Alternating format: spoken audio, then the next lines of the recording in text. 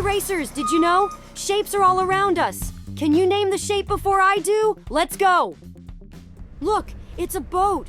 What shape does the sail make? It's a triangle. Wow, a steam train. What shape are the carriages? That's right, it's a rectangle. Great job. Cool bike, huh? What shape are the wheels? Yeah, they're circles. What shape is a tunnel? It's called an arch. This one's easy. Can you see it? Yeah, it's a square. This is a sports stadium seen from really high up. It's in an oval shape. What's this one? Yeah, it's a cone. This one is a bit harder. Can you see it?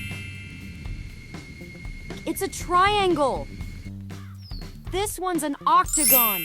It has 8 sides. Let's count them. 1, 2, 3, 4, 5, 6, 7, 8. Wow, racers, you did it. You named shapes out in the real world. Nice job.